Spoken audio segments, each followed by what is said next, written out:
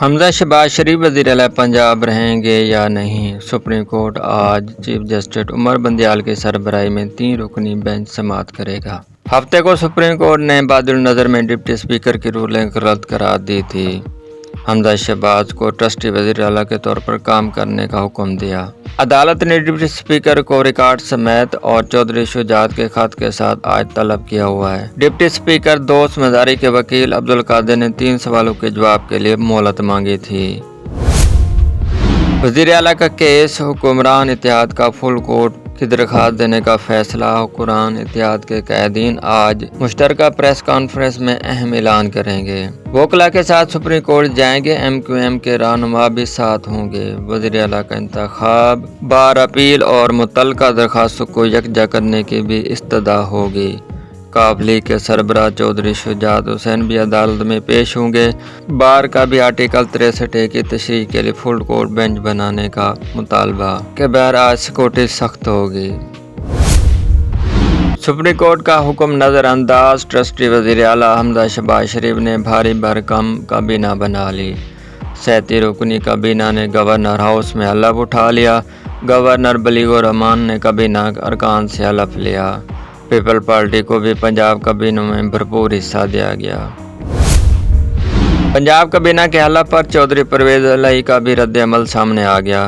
کہتے ہیں جہازی سائز کی کابینہ کے عدالتی فیصلے کی خلاف ورزی ہے۔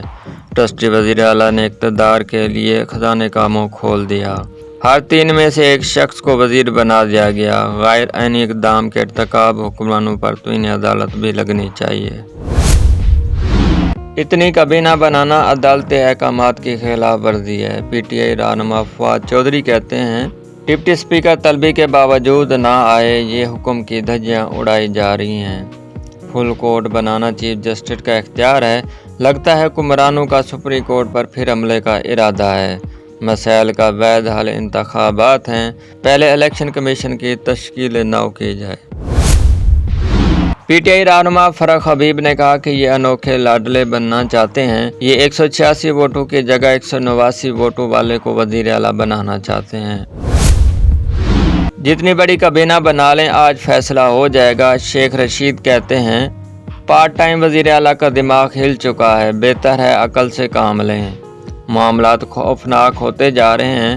15-20 دن میں فیصلے ہو جائیں گے۔ ملک بدترین معاشی دور میں ہے۔ حکومت کرنا آسان نہیں رہا۔ گرم یا نرم مداخلت کا نہیں پتہ، لیکن اکتوبر نومبر میں الیکشن نظر آ رہے ہیں۔ ہو سکتا ہے سارے معاملات کوئی اور ہاتھ میں لے لے۔ شریف زرداری گٹھ جوڑ نے ملک کی معیشت تباہ کر دی۔